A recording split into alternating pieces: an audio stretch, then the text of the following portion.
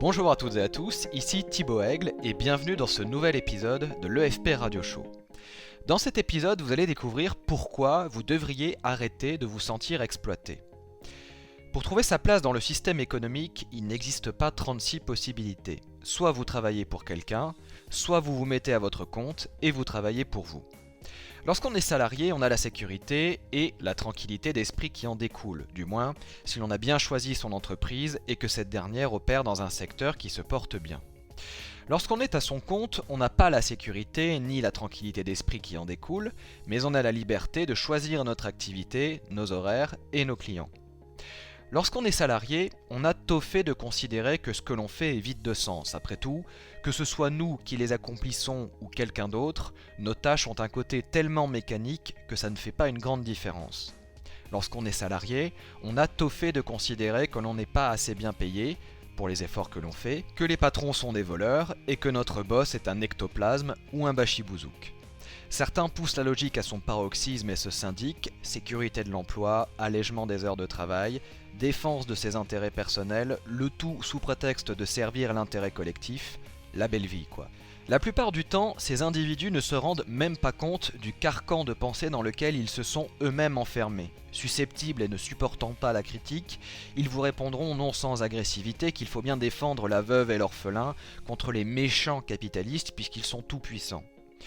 Lorsqu'on est à son compte, on a tôt fait de considérer que l'on manque de soutien. On se sent seul souvent, abandonné parfois, et on ne manque pas de relever chaque mesure antilibérale prise par un État liberticide et aux abois financièrement.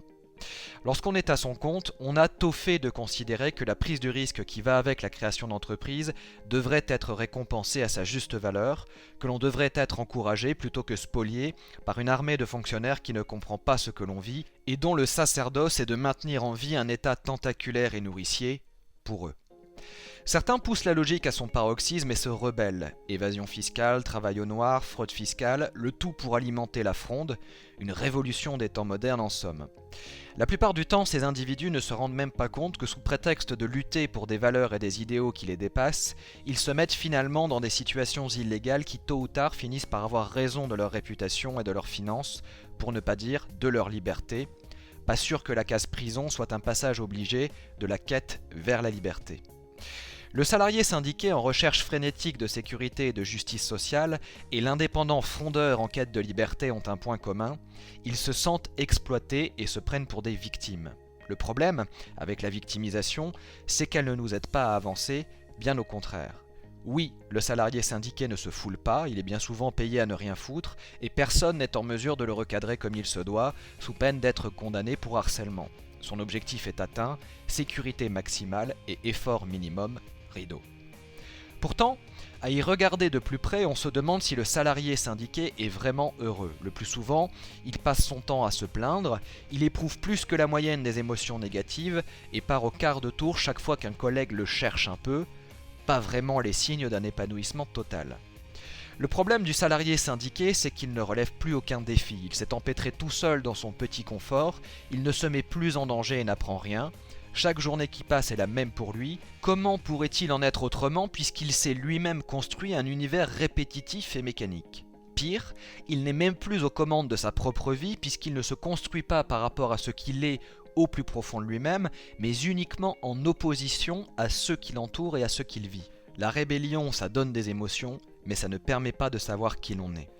Oui, l'indépendant frondeur gagne plus d'argent. Il a le sentiment d'être mieux récompensé de ses efforts et fait la nique à la population de fonctionnaires qu'il aborde tant. Pourtant, à y regarder de plus près, on se rend compte que l'indépendant frondeur n'est pas serein, le plus souvent, il vit dans la cachotterie, il se sent anxieux de ne pas suivre les règles, et l'homme libre et honnête qui sommeille encore en lui se demande s'il ne vit pas en désaccord avec ses propres valeurs.